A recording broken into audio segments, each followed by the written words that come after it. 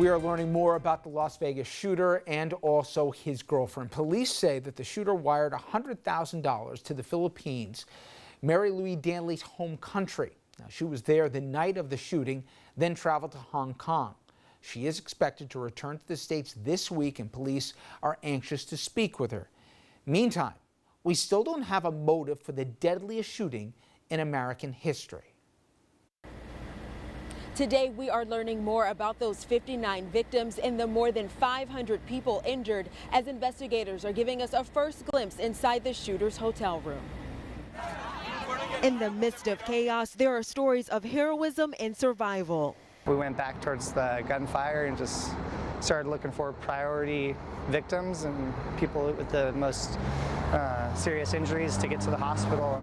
Tuesday, many of the more than 500 people injured now reliving the terrifying moment. Police say 64-year-old Stephen Paddock sent a barrage of bullets into a crowd of 22,000 concert goers. When I was running and when I was holding him and I was looking behind him, there were bodies like everywhere. In Las Vegas, the grieving continues. Vigils being held across the city for the dozens of people killed in the rampage. Among them, Hannah Eilers, a mother of 3. 23-year-old Jordan McIldoon attending the country music concert with his girlfriend, and Navy veteran Christopher Roybal. He went to combat and came back without being injured and goes to a concert and dies. We're also now getting a first glimpse inside the shooter's Mandalay Bay hotel room. Law enforcement and family members trying to understand what would motivate a one-time accountant and avid gambler with no known criminal record to inflict so much carnage. Steve had nothing to do with any political organization, religious organization, no white supremacists, nothing. Investigators say there were more than 40 guns recovered both in Paddock's Nevada home and his Mandalay Bay hotel room, and material used to make explosives were also discovered in his car. Also in that hotel room, cameras authorities say set up both inside and outside of that room, possibly used to record the horrific shooting and to monitor police activity. Authorities now telling ABC News they are looking closely at Paddock's finances. Danya Backus, ABC News, Las Vegas. Back to you. Thank you, Danya. And we're going to do a lot on this subject tonight from both the politics and why things aren't moving with a lawmaker in Washington and also the emotion of it. And we'll be talking to a Connecticut congresswoman whose district is Newtown and was there during those tragic shootings at Sandy Hook. But first, let's do some math here. The number of mass shootings in this nation is now at a stunning level.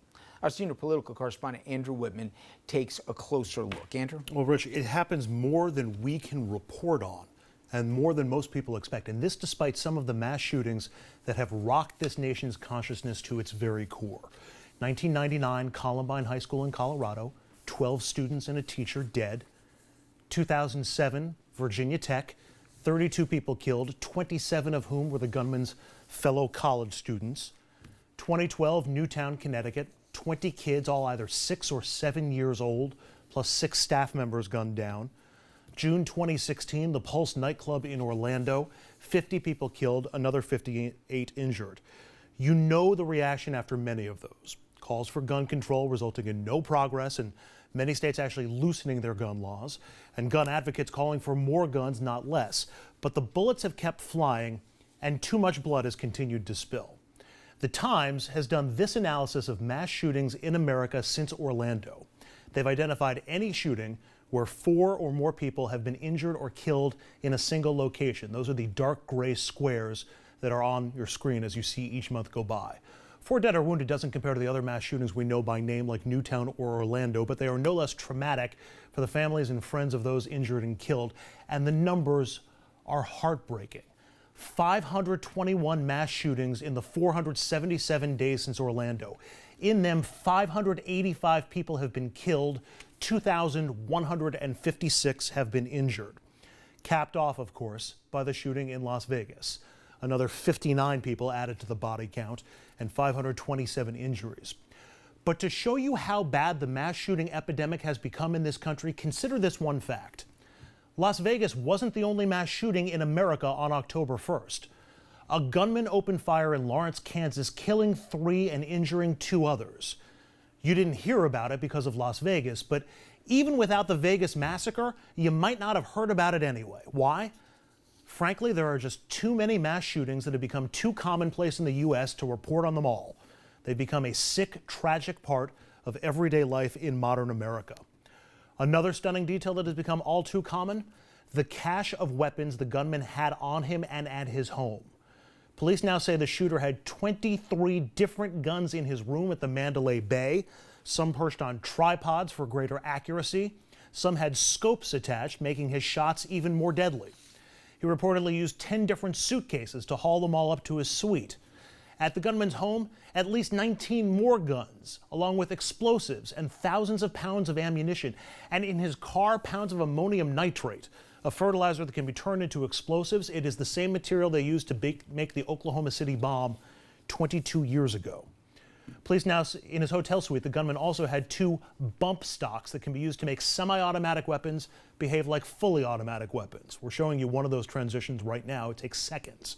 So instead of having to pull the trigger to fire every single round, he could just squeeze the trigger once, like that woman is doing there, and the weapon will empty its magazine in just seconds.